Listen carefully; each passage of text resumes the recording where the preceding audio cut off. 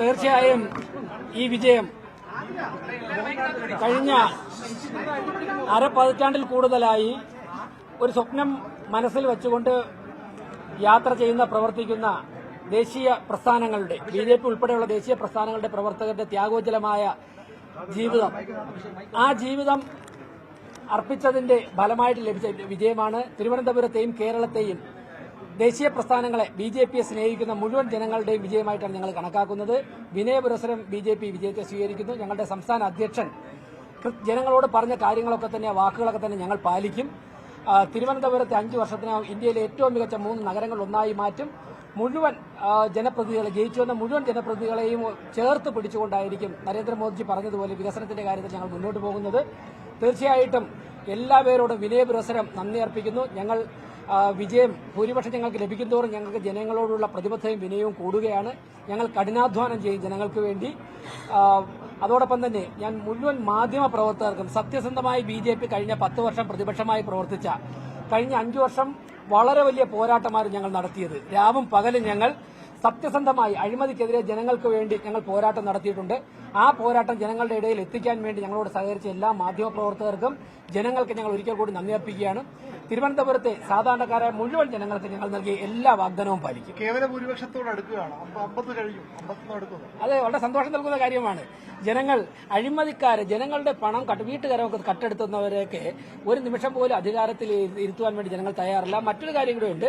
ഇനിയിപ്പോൾ 4 മാസം കഴിയുമ്പോൾ നിയമസഭാ തെരഞ്ഞെടുപ്പാണ്. ഞങ്ങൾ നേരത്തെ തന്നെ പറഞ്ഞു, പശ്ചിമ ബംഗാളിൽ ഏത് തരത്തിലാണോ CPM-നുണ്ടായ തിരിച്ചടി, ആ തിരിച്ചടി കേരളത്തിലുണ്ടാകുന്നതിന്റെ ഒരു തുടക്കമാണ് ഇത്. തീർച്ചയായിട്ടും ഞങ്ങൾ അങ്ങേയറ്റം തന്നെ വിനയപുരസരം ഈ വിധിയെ സ്വീകരിക്കുകയാണ്. ഞങ്ങളുടെ ഭൂരിപക്ഷം കിട്ടിയതിനു ശേഷം, ഭൂരിപക്ഷം വന്നതിന് ശേഷം പാർട്ടിയുടെ കൃത്യമായിട്ടുള്ള ഘടകങ്ങളിൽ ആ പ്രോസസ് സ്റ്റാർട്ട് ചെയ്യും. അതിനുശേഷം സംസ്ഥാന അധ്യക്ഷൻ, ജില്ലാ അധ്യക്ഷൻ എന്നുള്ളവർ അക്കാര്യങ്ങളൊക്കെ നിങ്ങളെ അറിയിക്കും.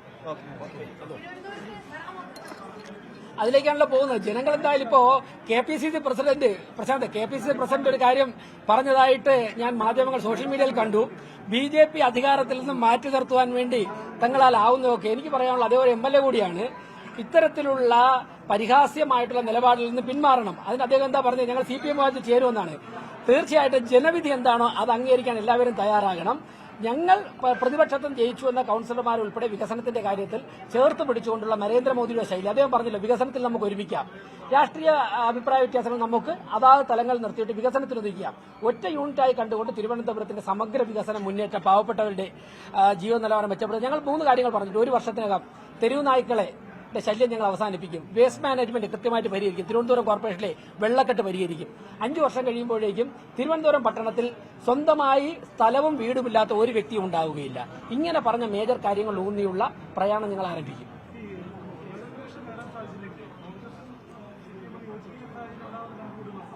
അല്ല, വരട്ടെ, അതൊക്കെ സംസ്ഥാന അധ്യക്ഷൻ അക്കാര്യങ്ങളൊക്കെ വിലയിരുത്തിയതിനു ശേഷം അതിനുള്ള രാഷ്ട്രീയമായിട്ടുള്ള മറുപടി അദ്ദേഹം പറയും.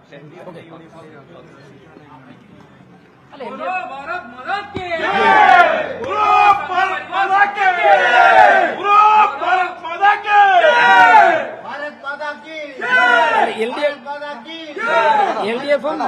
LDF-ഉം UDF-ഉം ജനവിധി അംഗീകരിക്കുമെന്നാണ് വിശ്വാസം. അവർ ജനവിധി അംഗീകരിക്കണം. കഴിഞ്ഞ തവണ ഞങ്ങൾ പ്രതിപക്ഷത്തായിരുന്നല്ലോ. ഞങ്ങൾ ജനവിധി അംഗീകരിച്ചുകൊണ്ട് ക്രിയാത്മകമായ പ്രതിപക്ഷമായി പ്രവർത്തിച്ചു. അതെ, 50 സ്വാഭാവികമായിട്ട് 100 സീറ്റുള്ള 50 ഞങ്ങൾക്കായി, 50 സീറ്റായി. 1 സീറ്റിൽ പിന്നെയുള്ള ഇലക്ഷൻ നടക്കുക. അപ്പോൾ നമുക്ക് നോക്കാം. തീർച്ചയായിട്ടും നന്ദി. സഹകരിച്ച എല്ലാ മാധ്യമപ്രവർത്തകർക്കും, രാവും പകലും ഞങ്ങളോടൊപ്പം സഹകരിച്ച എല്ലാ മാധ്യമപ്രവർത്തകർക്കും